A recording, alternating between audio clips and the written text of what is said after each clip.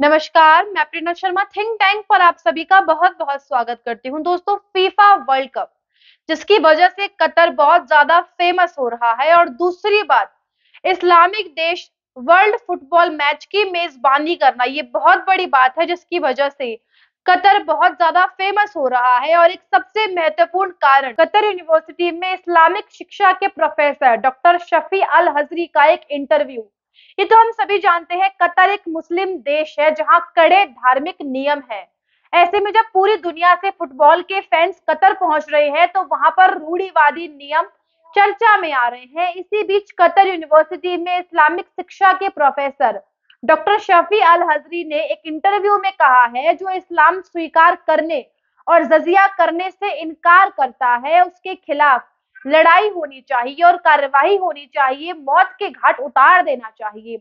ये वो जहर है जो कतर के मंच से पूरी दुनिया में घोला जा रहा है, वो भी ऐसे समय में जब वर्ल्ड फुटबॉल का आयोजन है वहां पर। ये ऐसा धर्म है जहां महिलाओं को अपने धर्म में अपने तरीके से जीने का अधिकार भी नहीं है। ये एक ऐसा धर्म है, आज इनकी एक और सच्चाई आपके सामने आने वाली है। दोस्तों, डॉक्टर शफी अल हजरी ने इस्लामोफोबिक आलोचकों का खंडन करने का प्रयास किया है जो कहते हैं इस्लामी धर्मांतरण सामूहिक हिंसा के साथ है। उन्होंने साफ किया है इस्लाम के प्रचार में युद्ध केवल तीसरा और अंतिम कदम है, यानी कि आसानी से आप समझ सकते हैं इस बात को, क्योंकि इस वक्त दुनिया में 57 इस्लामिक देश हैं और सभी कट्टर हैं। ईरान और कतर जैसे देशों का तो कोई जवाब ही नहीं है। इनको ये गैर मुस्लिम जो है बैंगन और आलू की तरह लगता है जिसे जब चाहे काट लो। और इनका केवल एक ही मोटो है, पूरी दुनिया को इस्लामिक बना देना जिसे दुनिया देख कर भी डरे। यहाँ पर सबसे बड़ी बात ये है कि ये लोग इतने हिम्मत कैसे रखते हैं कि ये पूरे देश में इस तरीके से जहर उड़ेलते हैं। तो चलिए आपको बताते हैं कि आखिरकार पूरा मामला क्या है, कहाँ से शुरुआत हुई।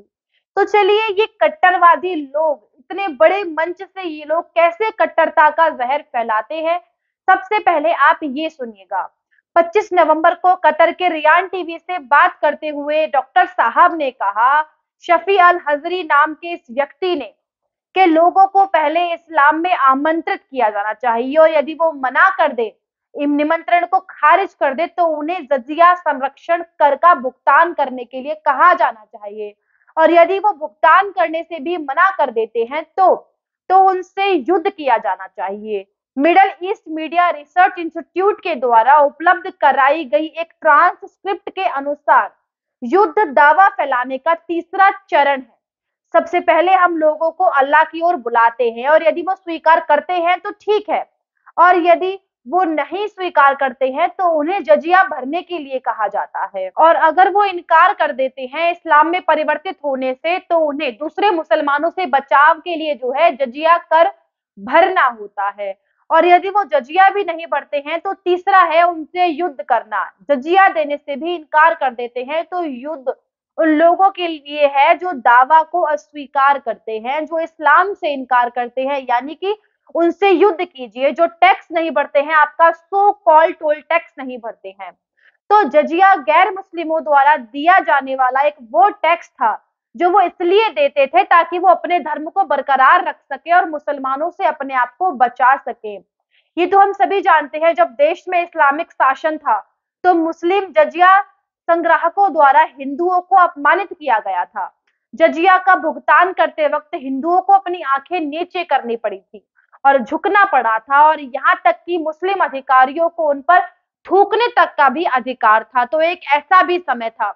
तो यदि आज के समय में इस टैक्स का भुगतान नहीं किया तो एक गैर मुस्लिम की संपत्ति अवैध हो जाएगी और उससे युद्ध किया जाएगा, जिसके पास केवल 3 विकल्प होंगे, या तो धर्मांतरण करे, या फिर गुलाम बन जाए, या फिर उसके साथ युद्ध हो, यानी कि मारा जाए। दोस्तों, ऐसा आज से नहीं, ऐसा हजारों साल पहले से होता आ रहा है और दावे के साथ मैं कह सकती हूँ आपको 90 से 85% हिंदुओं को पता भी नहीं होगा कि उनके पूर्वजों के साथ हुआ क्या और उन्हीं की धरती पर ऐसा क्यों हुआ और आज भी हो रहा है, क्योंकि हिंदू जो है बटा हुआ है। कहीं भी हिंदुओं का सर काट दिया जाता है और सोशल मीडिया पर बस हो हल्ला करके अपने घर में चुप बैठ जाते हैं, यानी कि जागरूकता के नाम पर जीरो। हालात जो उस वक्त थे वही आज के वक्त है, केवल फर्क इतना है कि तरीका बदल गया है। इससे ज्यादा कोई बदलाव नहीं आया है। उस वक्त भी धर्मांतरण होते थे और आज भी धर्मांतरण हो रहे हैं। बस केवल एक लव जिहाद का एंगल और ऐड हो गया है, यानी कि जो जो एक तरीके का दहशत थी वो बड़ी ही बड़ी है। तो सच में यदि आज आपको फर्क नहीं पड़ रहा है, लेकिन यदि ऐसे ही हरकतें रही तो वो दिन दूर नहीं है कि आपको फर्क पड़ना भी शुरू हो जाएगा और बीच चौराहों पर आबरू लुटती हुई नजर आएगी।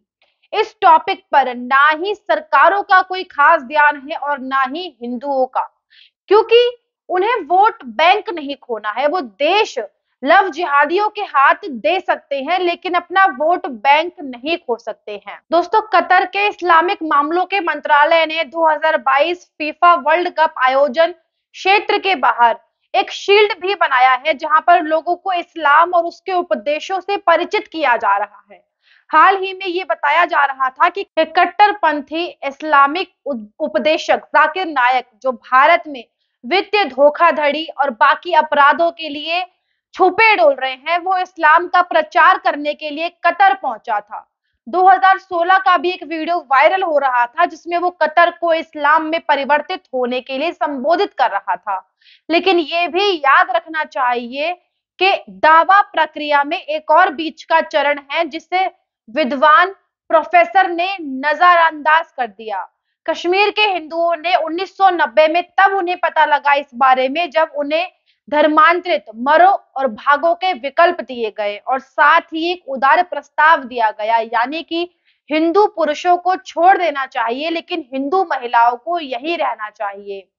आपको बता दें कि इस तरीके से ये लोग अपनी ये पूरा एक इकोसिस्टम चला रहे हैं, जिससे देश में लव जिहाद और ये इस्लामी आक्रांताएं हैं वो देश में छा जाएंगी, यदि हिंदू आज भी नहीं जागा तो और सरकार ने कोई कड़ा से कड़ा एक्शन नहीं लिया तो। सबसे बड़ी बात यह है कि यदि लड़कियां इनकार कर देती हैं इस्लामिकों को, तो उन्हें सेल करने की भी बात करी जाती है, क्योंकि कुछ लोगों का मानना होगा ये कतर में ही हो रहा है, हिंदुस्तान में इससे क्या समस्या है। लेकिन ये उदाहरण इनके लिए है। द कश्मीर फाइल्स आपने देखी होगी, उसमें दिखाया किस तरीके से महिलाओं के साथ किया किया गया। तो इस एजेंडे से कैसे निपटना है, ये सरकार को ध्यान रखना होगा और जल्द से जल्द कोई एक्शन लेना होगा। लेकिन आज की स्पेशल रिपोर्ट में बस इतना ही। मिलते हैं आपसे कल एक नए मुद्दे के साथ, तब तक देखते रहिए थिंक टैंक। नमस्कार।